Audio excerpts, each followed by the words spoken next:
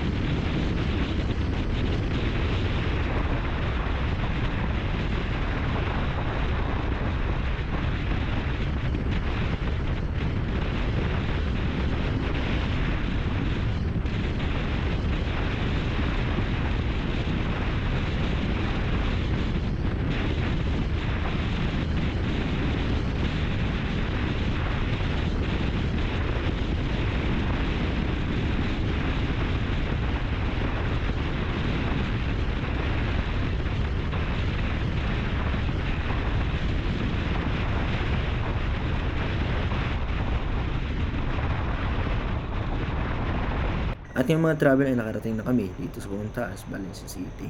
At nakita na namin yung bakas ng ulan dahil yung panahon natin sa oras na to ay yun ang panahon na naglandfall si Bagyong Juan na napakalakas at na weather forecast na pati ang Bukidnon ay kailangan mag-ingat. At dito mga travel ay kita na namin yung bakas ng pagpatak ng ulan. Pero salamat sa Panginoon dahil hindi kami naabutan ng ulan o hindi namin naranasan na maulanan sa daan mismo pauwi dito. At ito mga travel, ang ating munting video. So sana hindi nyo kalimutan sa pag-subscribe at pagsuporta ng ating video. Sa part na to ay kailangan muna namin antayin yung mga kasama namin at nandito kami sa cruising papunta ng Mountain View College at ito naman ay sa Bagong Taas. So dito big shoutout sa kasama ko na si Lu Chavez and his 200 owner at syempre si James Galabin na siya naman ang may-ari ng kamera na nabili natin at syempre yung driver o owner ng Sniper 155. So ayun, yung tinanong nila sa akin kung ano daw yung performance ay okay naman at yung top speed namin ay ayun, dito ko nalaman na umabot pala ng 142 yung takbuhan ko dahil ang nasabi ko sa nila ay almost 140 lang, pero dito ko lang na-realize sa pag voice over natin na yun umabot kami ng 140 plus. So ang bibilis ng takbuhan nila mga travels. Siyempre tayo ay all stock lang at walang nabago. At itong mga kasama natin ay malaki yung displacement ng NS200cc syempre, at saka itong Sniper 155 ay syempre naka-port yung mga travels. So mag-iiba talaga yung performance at lalakas at bibilis yun dahil samahan mo pa ng small mugs. So syempre pag may small mugs ka, syempre yung gulong natin ay maliit din yun. So tayo wala pa tayong plano na magpalit ng ganoon dahil wala tayong budget. Maliban na lang siguro pag may dumating na bayaya, ayun, kung magkataon na may sobra sa ating mga pera, ay ayun, bibili tayo mga travel. At hindi naman natin to pagdadamutan itong ating motor ni upgrade sa darating na mga panahon. Pero hindi pa sa ngayon dahil medyo tagilid pa yung budget natin. So hanggang dito lang muna yung ating video mga travel. So salamat sa inyong pagsuporta. Again, sana hindi nyo kalimutan sa pag-subscribe. So big shoutout sa inyo. At kung sakaling ito ay maaga ninyong napanood, ay good morning. At kung sakaling ito ay gabi na, ay good night sa inyo. So yun lang muna. Hanggang sa ulit natin pagkikita mga travel. Kita-kits ulit sa full video namin sa biyahe, papunta at pabalik. Yun lang muna. Friendship sa lahat. God bless.